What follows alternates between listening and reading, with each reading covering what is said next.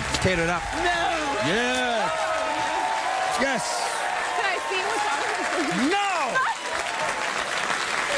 Those are our clues. No, there are no clues. From now on, it's all white snow never been trodden in. Okay, bring it on. Hey, how are you? I'm good. How are you? You look great. Thank you. And I'm sorry I screwed up the title of the movie, I Origins. So have you seen it or have you not seen it? I have not seen it. You better go see it this weekend. Yeah, I will. Is it opening this weekend? Oh, it opened last weekend. Right, I was out of town, but this is now... What were you doing? I was in Comic-Con last weekend. You were? Yes. And what happened at Comic-Con?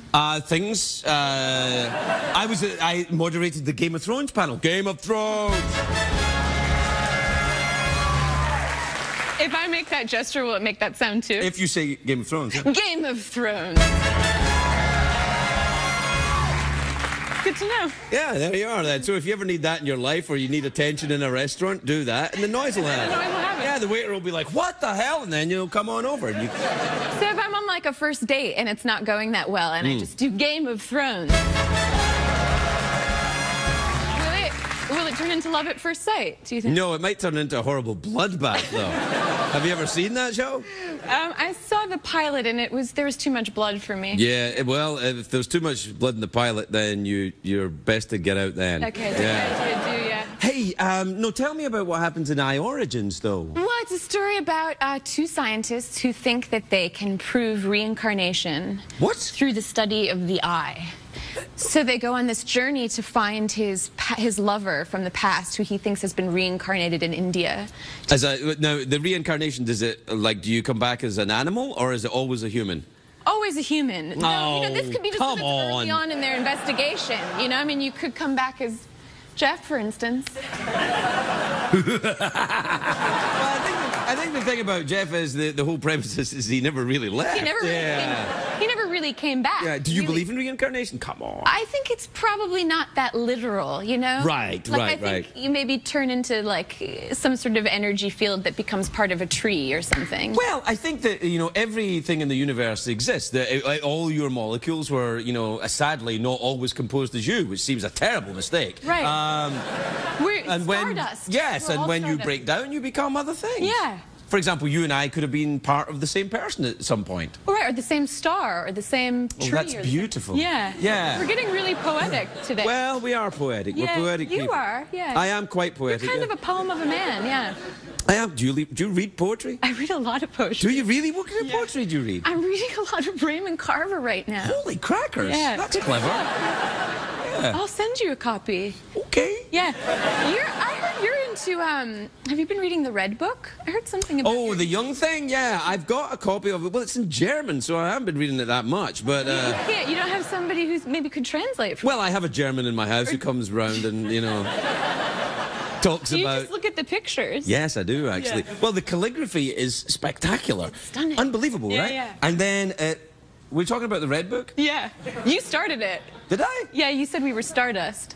No, you said that. Well, you said we were molecules, like, from all through time, or you... Well, it's just that I don't know. It's not often Carl Jung comes up when we're talking in here. I mean, I'm happy that he has. I love Jung. He was insane and brilliant. He was insane and brilliant. Yeah, I think he was probably insane, though. Have you been analyzed before? Why, yes, I have. Are you,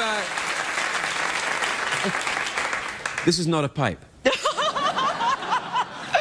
Is that not a snake? No. What are we doing, audience? You don't know. Just go ahead and clap. I received analysis. Why only today? Once a week I get analysis. What did they tell you today? Oh, just some stuff. You don't want to share?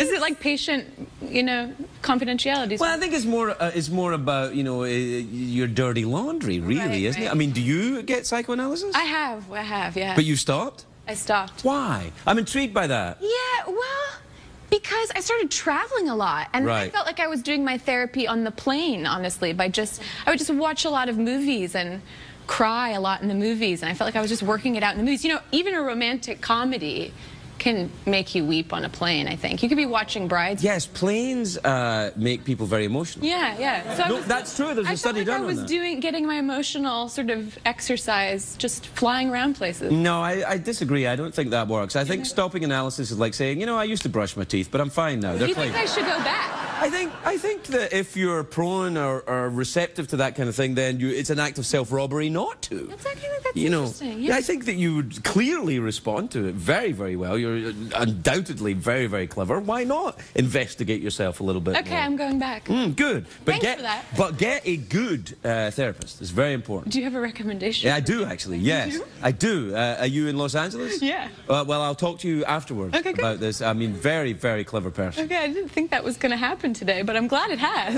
Well, you see, you've got to remain open to the possibilities of life. I'm totally open. Yeah, well, hooray for that. Got to do the job.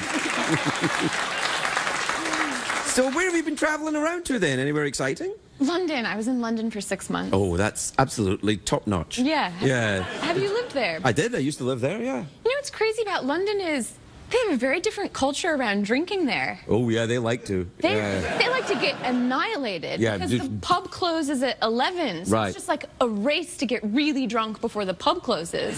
So right around like 10:30, 10:45. West End of London? Crazy. Yeah, totally. The streets run chunky with vomit. Yeah. They really do. They actually It's do. unbelievable. The level of public drunkenness in London is spectacular. And remember, I've been to Boston.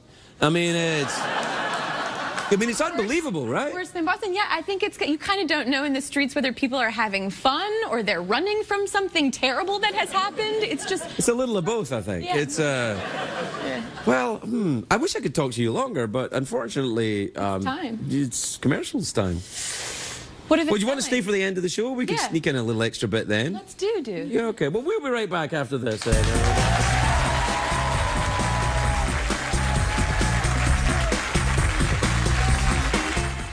What did we learn on the show tonight, Craig?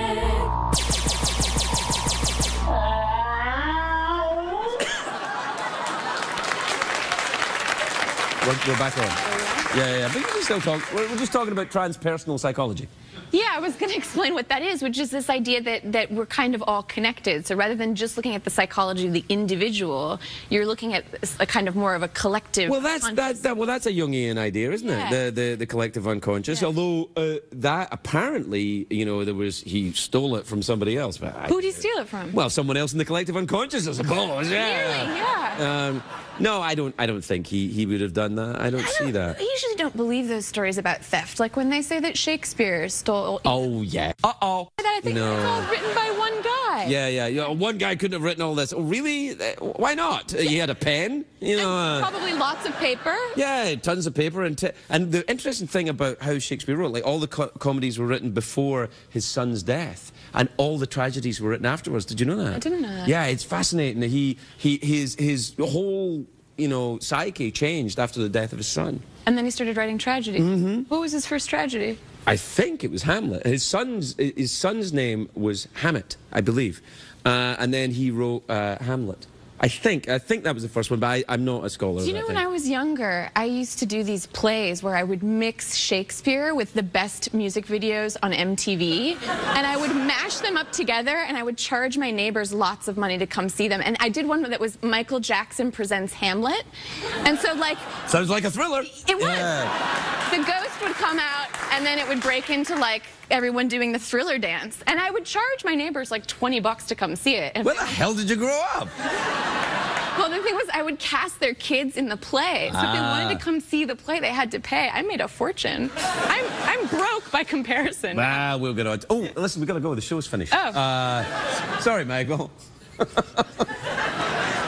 night, everybody. Good night.